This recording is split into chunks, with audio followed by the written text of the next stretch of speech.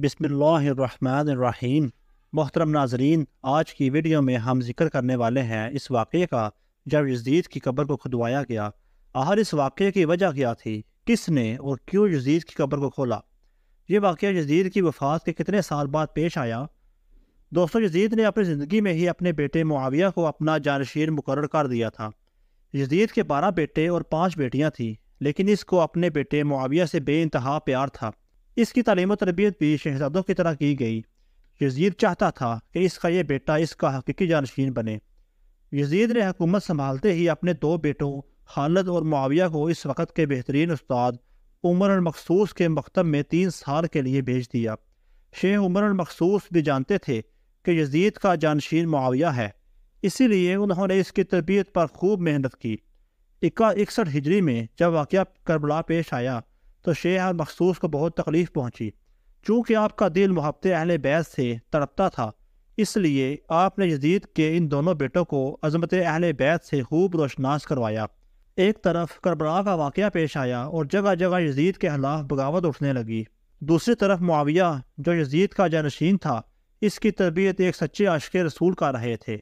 واقعہ کربلا کے تیسرے سال 683 عیسوی میں یزید عبرتناک موت سے دوچار ہوا تو معاویہ بن یزید 20 سال کی عمر میں تخت نشین ہوا۔ جیسے ہی معاویہ ابن یزید تخت نشین ہوا تو استاد محترم کی محنت رنگ لانے لگی۔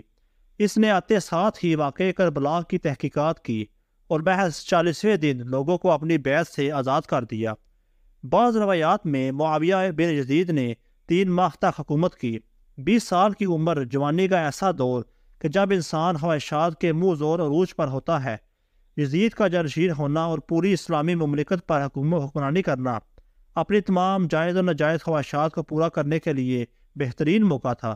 لیکن معاویہ بن یزید نے تخت پر بیٹھتے ہی واقعہ کربلا کی تحقیقات کی اور حالات کا بہت باریک بینی سے جائزہ لیا۔ جب اس نے دیکھا کہ میرے باپ نے اسلام اور مسلمانوں کو کس قدر عظیم نقصان پہنچایا ہے، اس نے محسوس کیا کہ وہ ایک دوراہے پر کھڑا ہے کہ حکومت کی بھاگ دوڑ تھامے رہے اور ظلم و ستم اور عیش و عشرت کا بازار گرم رکھے، یا تخت و تاج کو چھوڑ دے اور اپنے آپ کو ان ہولناک گناہوں اور ان کے دردناک عذاب سے دور رکھے۔ بالآخر اس نے فیصلہ کر ہی لیا۔ اس کا فیصلہ اس سچی تعلیمات اور اس ایمان کی تفصیل سے ہی ممکن ہوا جو اس کے رگ و روپ میں شامل ہو چکا تھا۔ اس نے عزم راسی کے ساتھ حکومت کے عہدیداروں اور عوام کو مسجد میں جمع کیا اور پھر خود منبر پر جا بیٹھا۔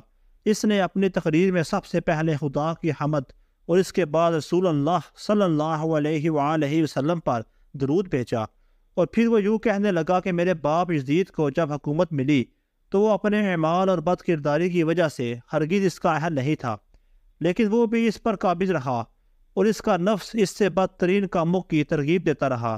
وہ اپنے برے کاموں پر بھی فخر کرتا تھا اور اس نے خدا کی بتائی ہوئی حدود سے تجاوز کیا۔ رسول اللہ صلی اللہ علیہ وآلہ وسلم کی اولاد پر اس نے بدترین مظالم ڈھائے، لیکن اس کی حکومت کی مدت بہت تھوڑی تھی اور بہت جلد اس کی شرمناک زندگی کا خاتمہ ہو گیا، اور آج وہ اپنے اعمال کے حساب کتاب میں الجھا ہوا ہوگا۔ جب معاویہ بن یزید کی بات یہاں تک پہنچی تو اس کا گلا رک گیا اور کافی دیر تک وہ بلند آواز میں روتا رہا۔ اس کے بعد وہ دوبارہ لوگوں سے ہم کلام ہوا اور اس نے کہا کہ اے لوگو، میں تمہارے گناہوں کا بوجھ اپنے کندھوں پر نہیں اٹھا سکتا، نہ تمہاری دوستی کا توگ اپنے گلے میں ڈالوں گا۔ میری خواہش تو یہ ہے کہ حکومت شہزادہ حسین حضرت امام زین العابدین کے حوالے کر دی جائے، یا اب تم خود ہی بہتر سمجھو وہ کرو، یا وہ حکومت کرے جس کا تم انتخاب کرو۔ میں اپنی بیعت سے تم لوگوں پر سے ہاتھ اٹھاتا ہوں اور اس خلافت کو ٹکراتا ہوں۔ اور معاویہ بن یزید کے ان جملوں نے محفل میں طوفان برپا کر دیا۔ پھر معاویہ بن یزید منبر سے اتر آیا۔ اس کی ماں اور دیگر عزیز و اقارب آئے تو دیکھا کہ روئے جا رہا ہے، تو اس کی ماں نے کہا کاش تم حیض کا چچرا ہوتے اور میں تمہاری خبر نہ سنتی۔ اس نے کہا خدا کی قسم میں بھی یہی چاہتا ہوں، اگر میرے خدا نے مجھے معاف نہ کیا تو میرے لیے برا ہو۔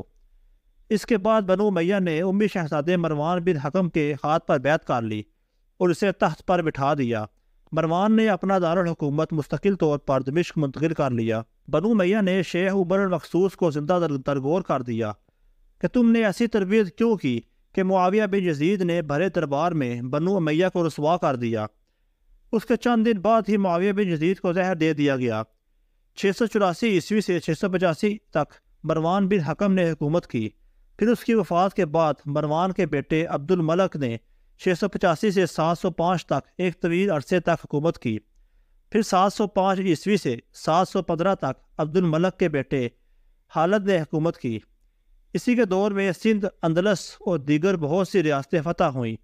اسی کے دور میں شہزادہ حضرت امام زین العابدین کو زہر دیا گیا۔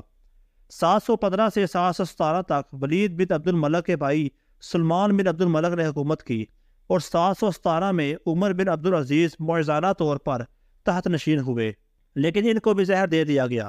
720 سے 724 تک ولید بن عبد الملک اور سلمان بن عبد الملک کے بھائی یزید بن عبد الملک نے حکومت کی باغ دور سنبھالے رکھی۔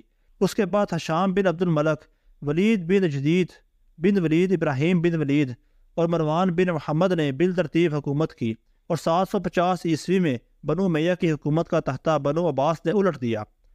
بنو امیہ کا آخری حکمران مروان ثانی ایک انتہائی سست اور ڈرپوک حکمران تھا، جس نے ابو مسلم خراسانی کے ہاتھوں شکست کھائی، اور یوں بنو عباس کی حکمرانی شروع ہوئی۔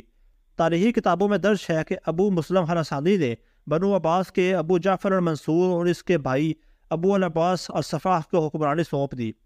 اس طرح بنو عباس کے پہلے حکمران ابو العباس نے آتے ہی بنو امیہ کا نام و نشان مٹانے کی قسم کھائی، بہت سے لوگوں کو قتل کر دیا، اور کربلا کے واقعے میں ملوث تمام کرداروں کی قبریں تک کھدوا دیں۔ اسی طرح بنو عباس کے حکمران ابو العباس الصفاح نے یزید کی قبر کو بھی کھدوایا، اور یہ کام اس نے اپنے نگرانی میں کروایا۔ وہ چاہتا تھا کہ یزید کو قبر سے نکالے اور اس کی لاش کو سولی پر لٹکایا جائے۔ چنانچہ یزید کی وفات کے 65 سال بعد اس کی قبر کو اس وقت کے حکمران ابو جعفر اور ابو العباس کی نگرانی میں کھدوایا گیا، لیکن جب قبر کو کھولا گیا تو یہ سب دیکھ کر حیران رہ گئے کہ اس میں لکڑیوں کی راکھ، بدصورت کتے اور ایک اژدہے کے سوا کچھ نہ تھا۔ اللہ اکبر۔